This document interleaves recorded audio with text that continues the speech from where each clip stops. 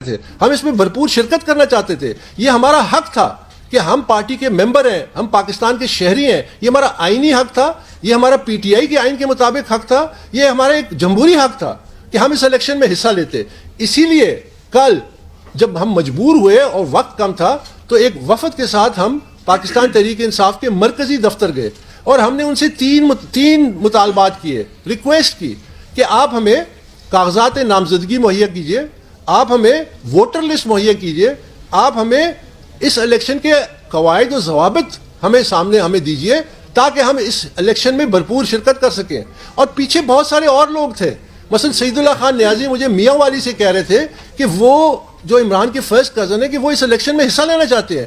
ہم حصہ لینا چاہتے تھے اور بانی اراکین حصہ لینا چاہتے تھے اور جو سینئر ممبرز ہیں پی ٹی آئی کے وہ حصہ لینا چاہتے تھے.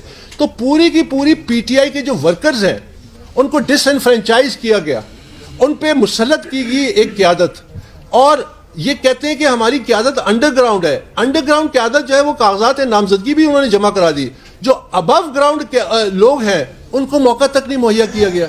تو یہ ایک بڑا افسوسناک چیپٹر ہے جس سے ہم سمجھتے ہیں کہ پاکستان کی سیاست میں ایک مثبت رویے کی جگہ ایک ڈارک چیپٹر لکھا گیا ہے.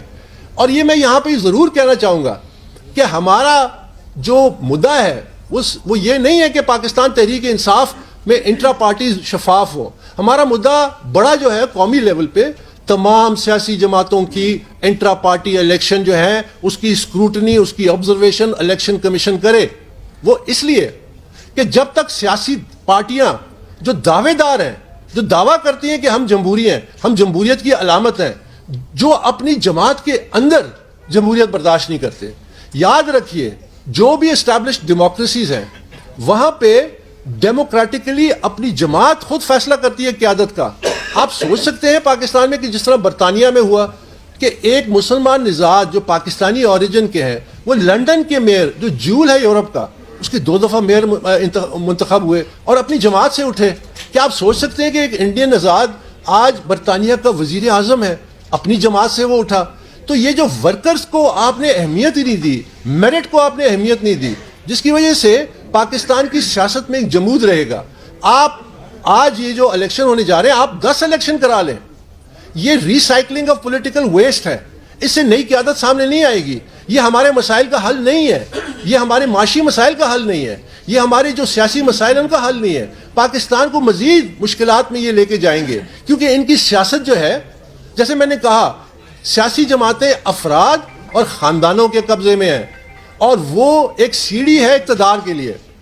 اب پاکستان تحریک انصاف میں ہم کیوں اتنا اس پہ ریاکٹ کر رہے ہیں اور اس کا مقابلہ کریں؟ اس لیے کہ پاکستان تحریک انصاف کا وجود ہی نفی ہو جاتی ہے کہ اگر ہم وہ روایتی سیاست کے طریقہ کار استعمال کریں. پاکستان تحریک انصاف کا وجود اسی واسطے ہوا تھا کہ پاکستان میں ہم ایک نئی سیاست انٹروڈیوس کریں گے جو خاندانوں اور مورثی سیاست، نہ صرف مورثی بلکہ اس میں بادشاہت نہیں ہوگی. آج لوگ کہتے ہیں کہ جی جن کو انہوں نے نامنیٹ کیا کم از کم وہ ان کی فیملی کے نہیں تھے، لیکن پارٹی کے چیئرمین کو یہ حق کس نے دیا کہ وہ نامنیٹ کرے؟ یہ خود جمہوریت کی نفی ہے. وہ تو انفلوئنس کر رہے ہیں، وہ تو فیصلے کر رہے ہیں. یہ حق ورکر کو دینا چاہیے تھا. پی ٹی آئی کا ورکر فیصلہ کرتا ہے کہ کون شخص اس پارٹی سے وفادار ہے، وہ صلاحیت رکھتا ہے، وہ اس کے اندر وہ اہلیت ہے کہ وہ پارٹی کو لیڈ کر کے اور مختلف لیولز پہ یعنی پروونشل لیول پہ. آپ یہ اندازہ لگائیے کہ اس یہ جو ناٹک ہوا ہے اس میں الیکٹرل کالج ہی نہیں ہے، اس میں ووٹنگ ہی نہیں ہے. ابھی صبح الیکشن ہونے تھے اور ساتھ ہی ریزلٹس کا اعلان کر دیا گیا اور تمام کے تمام جو ہے وہ اکثریت کم از کم جو ہے وہ بلا مقابلہ منتخب ہو گئے. تو یہ تو ایک بہت بڑا فراڈ ہوا ہے، بہت بڑا فساد ہوا ہے. تو ہماری یہ جو ساری جدوجہد ہے، دیکھیے میں سمجھتا ہوں اور ہم سب جو پی ٹی آئی کے جو اوریجنلز ہیں ہم سمجھتے ہیں 2 کام کرنے ہیں آپ کو. اور میں اب اداروں سے مخاطب ہوں، جس طرح الیکشن کمیشن ہو گیا، جس طرح ہماری ہائر جوڈیشری ہو گئی. 2 کام کرنے والے ہیں. ایک، ہر جماعت میں ڈیموکریسی لانے کے لیے جو اویلیبل قوانین ہیں ان کو نافذ کریں، وہی آپ کی لیڈرشپ کے مسئلے کا حل ہے. 2، آپ ہر جماعت کی جو فنڈنگ ہے اس کی اسکروٹنی کریں. ہم نے 8 سال لگے پاکستان تحریک انصاف کی فنڈنگ کے معاملات جو ہیں وہ 200 پیشیاں، 13 ریٹ پٹیشنز، اس کے باوجود 2 اگست 2022 کو ایک فیصلہ آیا تاریخی فیصلہ جس میں تمام وہ غیر قانونی فنڈنگ، فورن کمپنیز کی فنڈنگ سامنے آئی. ہم سمجھتے ہیں کہ ہر جماعت کو اس سے گزرنا چاہیے. اب یہ 2 مہینے کا عمل ہے، 3 مہینے کا عمل ہے. آپ نے اسٹیٹ بینک کو خط لکھنا ہے، ان کے اکاؤنٹس منگوانے ہیں اور اکاؤنٹس کو کمپیئر کرنا ہے، آڈٹ رپورٹس جو وہ سالانہ جمع کراتے ہیں. الیکشن کمیشن آف پاکستان کو انتظار کرنے کی ضرورت نہیں ہے.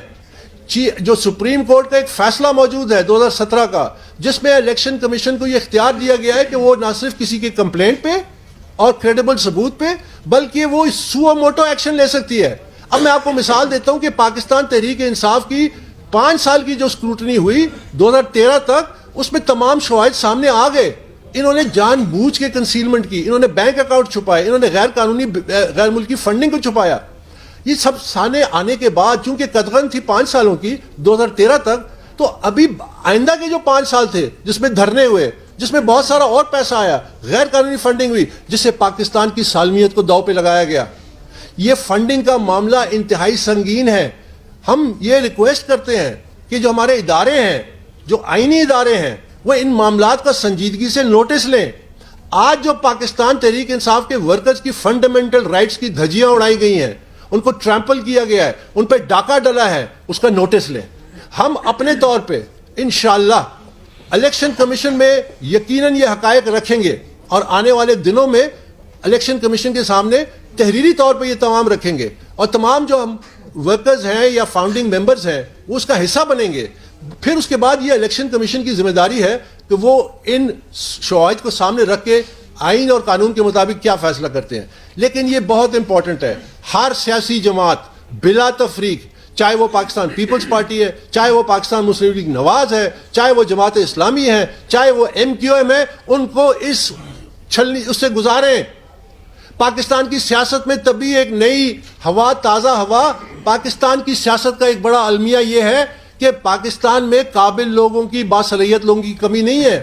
یہ جو روزانہ بھاگ بھاگ کے یورپ اور امریکہ جا رہے ہیں وہ پاکستان میں پرفارم کر سکتے ہیں، لیکن پاکستان میں وہ لیڈرشپ رول میں نہیں آ سکتے کیونکہ سیاسی جماعتوں پہ قبضہ ہے، اجارہ داری ہے، بادشاہی ہے، مورثی سیاست ہے.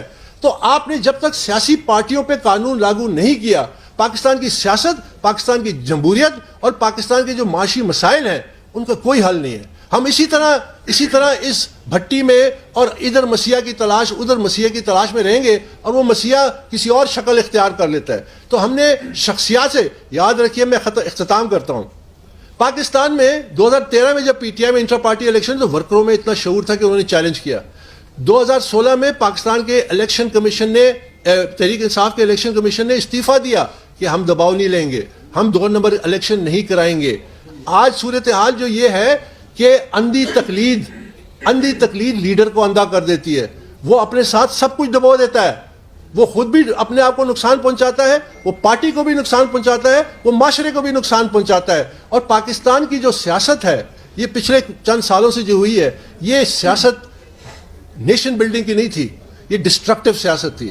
ہم نے کام کرنا ہے، ہم نے منظم کرنا ہے، لیکن اس کے لیے میرٹ کو ہم نے لے کے آنا ہے.